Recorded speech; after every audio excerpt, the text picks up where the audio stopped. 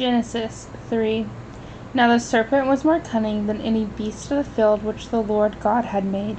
And he said to the woman, Has God indeed said, You shall not eat of every tree of the garden? And the woman said to the serpent, We may eat the fruit of the trees of the garden, but the fruit of the tree which is in the midst of the garden God had said, You shall not eat it, nor shall you touch it, lest you die. Then the serpent said to the woman, You will not surely die, for God knows that in the day you eat of it your eyes will be opened, and you will be like God, knowing good and evil. So when the woman saw that the tree was good for food, that it was pleasant to the eyes, and the tree desirable to make one wise, she took of its fruit and ate. She also gave to her husband with her, and he ate. Then the eyes of both of them were opened, and they knew that they were naked. And they sewed fig leaves together, and made themselves coverings. And they heard the sound of the Lord walking in the garden in the cool of the day, and Adam and his wife hid themselves from the presence of the Lord among the trees of the garden. Then the Lord God called to Adam, and said to him, Where are you? So he said, I heard your voice in the garden, and I was afraid because I was naked, and I hid myself. And he said, Who told you you were naked? Have you eaten from the tree which I have commanded that you should not eat?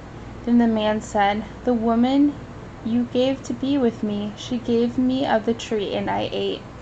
And the Lord God said to the woman, What is that you have done? The woman said, The serpent deceived me, and I ate. So the Lord God said to the serpent, Because you have done this, you are more cursed than all the cattle, and more than every beast of the field. On your belly you shall go, and you shall eat dust all the days of your life. And I will put enmity between you and the woman, and between your seed and her seed. He shall bruise your head, and you shall bruise his heel. To the woman he said, I will greatly multiply your sorrow and your conception. In pain you shall bring forth children. Your desire shall be for your husband, and he shall rule over you.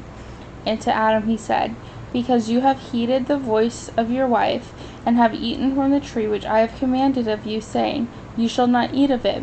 Cursed is the ground for your sake. In toil you shall eat of it all the days of your life. Both thorns and thistles it shall bring forth for you, and you shall eat the herb of the field. In the sweat of your face you shall eat bread, till you return to the ground. For out of it you were taken, for dust you are, and to dust you shall return. And Adam called his wife's name Eve, because she was the mother of all living. Also for Adam and his wife the Lord God made tunics of skin and clothed them. Then the Lord God said, Behold, the man has become like us, to know good and evil. And now lest he put out his hand and take also the tree of life, and eat and live forever. Therefore the Lord God sent him out of the garden of Eden to till the ground from which he was taken. So he drove out the man, and he placed cherubim at the east of the garden of Eden, and a flaming sword which was turned every way, to guard the way to the tree of life.